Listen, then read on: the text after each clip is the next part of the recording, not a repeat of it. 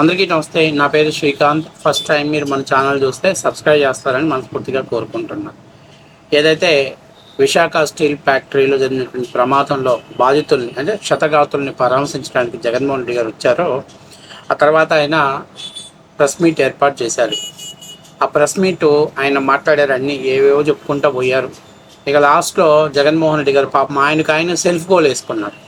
ఆ సెల్ఫ్ గోల్ని బట్టి పాపం విలేకరులు జగన్మోహన్ రెడ్డి గారిని ప్రశ్న అడగకపోతే జగన్మోహన్ రెడ్డి గారు దెబ్బకి పరాశాన్ అయిపోయి నాకేం వినపడట్లేదని చెప్పేసి వెళ్ళిపోయాడు. అసలు జగన్మోహన్ రెడ్డి వేసినటువంటి సెల్ఫ్ గోల్ ఏంటంటే ఆయన ముందు మాట్లాడుతూ మాలాగే విశాఖ ఉక్కుని ప్రైవేటీకరణం చేయకుండా ఉండటం కోసం అసెంబ్లీలో మీరు బిల్లు పాస్ చేయండి, ఆ బిల్లుని కేంద్రానికి పంపించండి, మాలాగా దమ్ముంటే చేయండి అని చెప్పేసి ఆయన మాట్లాడారు. ఆ తర్వాత ఇక బాధితులకు ఇచ్చేటువంటి ఎస్క్రేషియా గురించి కూడా ఆయన మాట్లాడాడు. మా ప్రభుత్వంలో ₹1 కోటి ఇచ్చాను, మీరు కూడా ₹1 కోటి ఇవ్వండి అని చెప్పేసి మాట్లాడాడు. సరే, ఒకవేళ ప్రభుత్వం ఇచ్చినా ఇవ్వకపోయినా మా ప్రభుత్వం అధికారంలోకి వచ్చిన ఆయన ఎప్పుడు యాస్టీస్ కూడా డైలాగ్ కొడతాడుగా వాడేసి ఆయన ఆ కార్యక్రమాన్ని ముగించి వెళ్ళిపోతున్న సమయంలో విలేకరులు ఒక క్వశ్చన్ అడగాలని ముందు ఒక మహిళా విలేకరు అడుగుతుంది, sir please sir please sir please sir please sir అని చెప్పేసి. ఇప్పుడు నేను ఎక్స్ప్లెయిన్ చేశాకంటే అక్కడ ఒక చిన్న బైట్ వేస్తున్నాను, బైట్ చూడండి.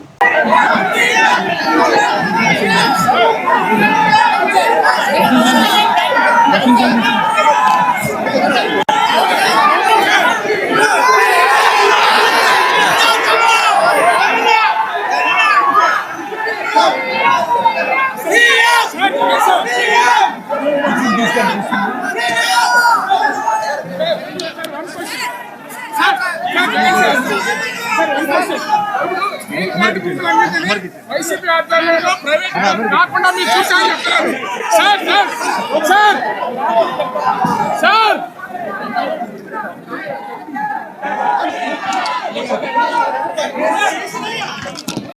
చూసారు కదా, మహిళ అడుగుతుంది, సార్ ఒక్క నిమిషం సార్ ప్లీజ్ వినండి సార్ అన్నాను పిలుస్తున్నా కూడా ఆయన విన్నట్టే ఆయన ఏదో ఆయన పని ఆయన బిజీగా ఉన్నారు. సరే, ఇంకొక వ్యక్తి సార్ ఒక క్వశ్చన్ సార్ అని అడుగుతున్నా, నాకు వినిపించట్లేదమ్మా అని చెప్పాడు. ఎమ్మటే అవతల ఇంకొక విలేకరు చాలా స్మార్ట్గా, సార్ విశాఖని ప్రైవేటీకరణం చేయకుండా ఉండటానికి మీ ప్రభుత్వం అంటే మీ వైసీపీ వాళ్ళు ఏ స్టాండ్ తీసుకుంటున్నారు ప్రభుత్వానికంటే ముందు అని గట్టిగా అడిసరికి ఆ పక్కనే ఉన్నటువంటి ఏం మాట్లాడుతున్నావు ఇప్పుడు అసలు అది మాట్లాడవచ్చా, అసలు అన్నకి స్క్రిప్ట్లో లేని ప్రశ్న అడిగితే అని సమాధానం చెప్తాడా? పద్ధతి నుంచి ఆ స్క్రిప్ట్ మీద ఎక్సర్సైజ్ చేసి పైకి కిందికి పైకి మార్చి అన్నకు అనువైనటువంటి పదాలని అన్నకి దాని మీద, ఎందుకంటే ఆయన తాడేపల్లి నుంచి గన్నవరం బయలుదేరేదాకా స్క్రిప్ట్లో ఒక పేజీ తీస్తాడు, గన్నవరం నుంచి విశాఖపట్నం దాకా ఒక స్క్రిప్ట్ చదువుతాడు, మళ్ళీ అక్కడి నుంచి అక్కడ దాకా వచ్చే వరకు పాపం అన్న ఎన్నిసార్లు ఆ స్క్రిప్ట్ పేజీ చూసి చదువుకొని పైకి కిందకి ఎక్సర్సైజ్లు చేస్తుంటాడు. అట్లాంటిది ఆయన ఏదో అక్కడికి వచ్చాడు, మాట్లాడాడు, మీకు ఏం కావాలో అంతవరకు రాసుకోని పోండి, మీకు కావాల్సినంత వరకు ఆయన ఇచ్చేశాడు. ఇంకా మీరు ఎక్స్ట్రా క్వశ్చన్స్ అడిగితే స్క్రిప్ట్లో లేని ప్రశ్న అడిగితే ఆయన సమాధానం ఎక్కడ చదువుతాడు? ఆయన అయ్యే పనేనా? ఇప్పుడు మీరు అడిగారు విశాఖ ఉక్కుని ప్రైవేటీకరణం కాకుండా ఉండడానికి మీ వైసీపీ నుంచి మీ పార్టీ తరఫున ఇటువంటి స్టాండ్ తీసుకుంటారన్నాడు. ఏం తీసుకుంటాడు ఆయన స్టాండ్? 151 సీట్లు ఉన్నప్పుడే మింగలేకపోయాడు. ఇవాళ 11 సీట్లు రాజ్యసభలో ఉన్నాయో లేవో తెలియదు, లోక్సభలో వాళ్ళు ఉంటారో ఉండరో తెలియదు. ఎందుకంటే ఒక ఎంపీకేమో మా బాబాయ్ మర్డర్ కేసు అంటాడుతుంది, ఒక ఎంపీకేమో చీప్ లిక్కర్ కేసు అంటాడుతుంది. ఇక ఇద్దరు ఎంపీలు పెట్టుకొని లింగు లిట్కామంటూ వాళ్ళు ఉంటారో ఉండరో గ్యారంటీ లేదు. ఆల్రెడీ రాజ్యసభలో అన్నకి నెంబరింగ్ అంతా తగ్గుతూ వచ్చేసింది. ప్రజెంట్ ఉన్నోళ్ళు కూడా జగన్మోహన్ రెడ్డికి అనుకూలంగా ఉంటారో ఉండరో తెలియదు. పోనీ ఏడేమన్నా అసెంబ్లీలో ఎరగదిద్దామా అని అంటే 11 టీము. ఈ క్రికెట్ టీముని తీసుకొని అసెంబ్లీకి వెళ్ళి ప్రభుత్వం మీద ఏమన్నా ఎలిగేషన్ చేసి మాట్లాడదామా అని అంటే అవతల వాళ్ళు 164, వాళ్ళు బ్యాటింగ్ చేస్తే వీళ్ళు కనీసం ఫీల్డ్లో నిలబడే పరిస్థితిలో లేరు. ఏం చేస్తారు అన్న చెప్పు? 4 గోడల మధ్య కూర్చొని ఆయనే ప్రెస్ మీట్ పెట్టుకొని ఆయనే కొంతమంది బాధితులను పిలుచుకొని వాళ్ళతోటే ఆయన మాట్లాడతారు తప్ప నుంచి ఏం చేస్తాడరా? 151 సీట్లు ఉన్న రోజే ఆయన ఏమీ చేయలేకపోయి ఆఫీసులో కూర్చొని పబ్జీ ఆడుకున్నాడు. కేంద్రంలో అన్న లెక్కలు చెప్పాల్సిన పనిలే, అన్న బొక్కలు చెప్పాల్సిన పనిలే, అన్నకున్నటువంటి బొక్కలు కన్నాలకి అన్న ఏమీ చేయలేడు అనేది వాస్తవ విషయం. అన్న ఆయాలే పీకలేకపోయాడు, ఇంక వాళ్ళు ఏం పీకుతాడు చెప్పండి? ఎందుకు అన్నని ఇబ్బంది పెడతారు?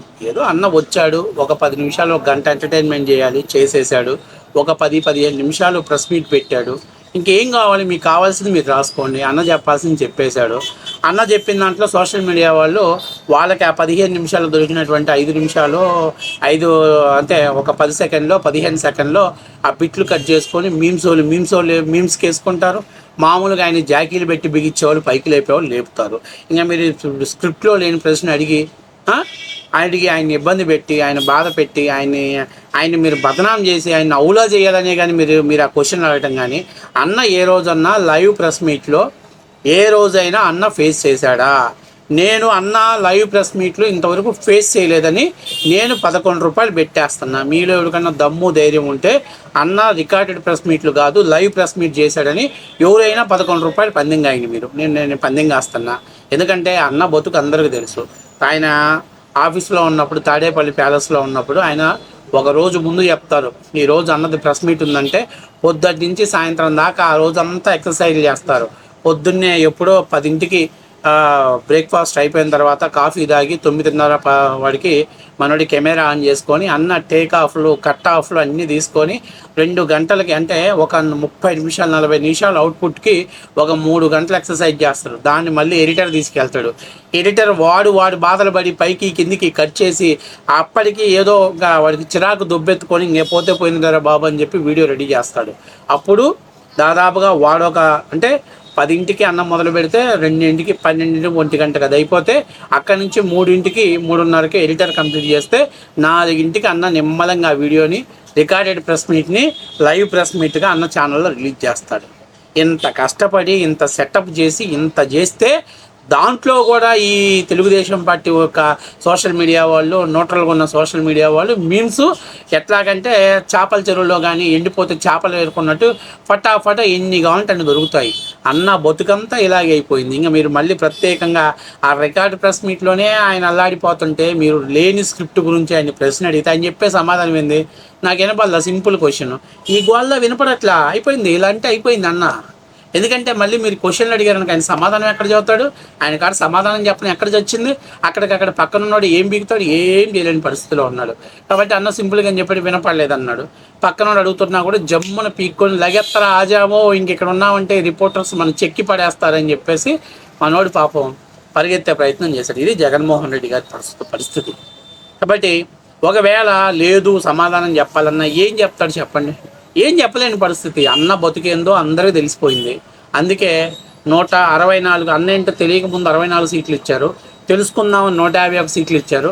తెలిసినాక 11 సీట్లు ఇచ్చారంటే మనం అర్థం చేసుకోవాలి ఆ పార్టీ పరిస్థితి ఏంది, అన్న పరిస్థితి ఏంది. అన్న అంతకుముందు 2024కు ముందు మన ఉదయగిరి ఎమ్మెల్యే చెప్పాడు, నీ గ్రాఫ్ బాగలేదన్నా అన్నాడంట.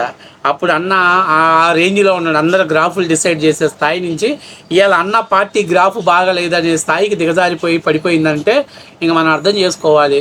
ఇంకా ప్రత్యేకంగా ఇంకా అన్న గురించి ఇంతకంటే ఎక్కువ మాట్లాడితే వైఎస్ఆర్సీపీ పేటీఎం బెప్పంగాళ్ళు ఉరేసుకొని చేస్తారు.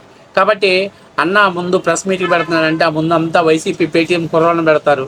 ఆయన మాట్లాడేటప్పుడు కావాలని మధ్యలో CM Jagan Jagan CM Jagan Jagan CM Jagan అని చెప్పి ఒక స్లోగన్ వదులుతారు. అది సావు అయినా అక్కడ ఏదన్నా శతగాత్రులు బాధపడుతున్నా, లేకపోతే వివాహ వేడుకైనా, టెంపుల్లో ఒక పూజా కార్యక్రమం అయినా, లేకపోతే ఎవడైనా సచ్చినోడిదైనా, లేకపోతే అక్కడ ఏదైనా క్షతగాత్రులు బాధపడుతున్నా, లేకపోతే ఏదైనా కానీ ఒకటే నినాదం CM Jagan CM Jagan Jagan CM. ఈ స్లోగన్ ఒకటి వదులుతానికి కొంతమంది గాలి బ్యాచ్ని తయారు చేసి ముందు పెడతారు.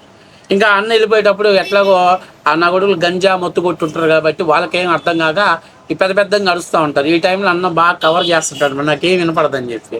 అది ప్రస్తుతానికి జగన్మోహన్ రెడ్డి పరిస్థితి. కాబట్టి ఏది ఏమైనా పాపం మా నాన్న చెప్పాలనుకుని చెప్పేసి అక్కడి నుంచి వెళ్ళిపోతాడు. మీరు తిరిగి ఏం అడగకూడదు, మీకు ఏం కావాలో అది రాసుకోండి, అంతవరకే. అంతకు మించి మీరు పెద్దగా ఎక్స్పెక్ట్ చేయొద్దు. So please. సో ఇది గతంలో అనేక సార్లు జగన్మోహన్ రెడ్డి విలేకరులు అంటే పబ్లిక్ ప్రెస్ మీట్ పెడితే ఫేస్ చేస్తున్నటువంటి ప్రాబ్లం. దీనికి ఏదో ఒకటి శాస్త్ర సొల్యూషన్ చెప్పన్నా. నేను చిన్న పని చెప్పిన, విలేకరులు ఎవరు క్వశ్చన్ అడగకుండా ఉండటానికి ప్రతి విలేకరికి ఒక 5,000 10,000 డబ్బులు ముట్ట చెప్పు, వాళ్ళు కూడా అడగకుండా ఉంటారు. ఎందుకని ఈ బాధపడటం, అక్కడ ఉన్నటువంటి దాన్ని తీసుకొచ్చి ప్రత్యర్థులు మనం ట్రోల్ చేయటం అవసరం అంటున్నా. మనకు అన్ని సకదనంగా ఉంటే మన కార్యకర్తలు అసలు నిలిచేవాళ్ళు కాదు.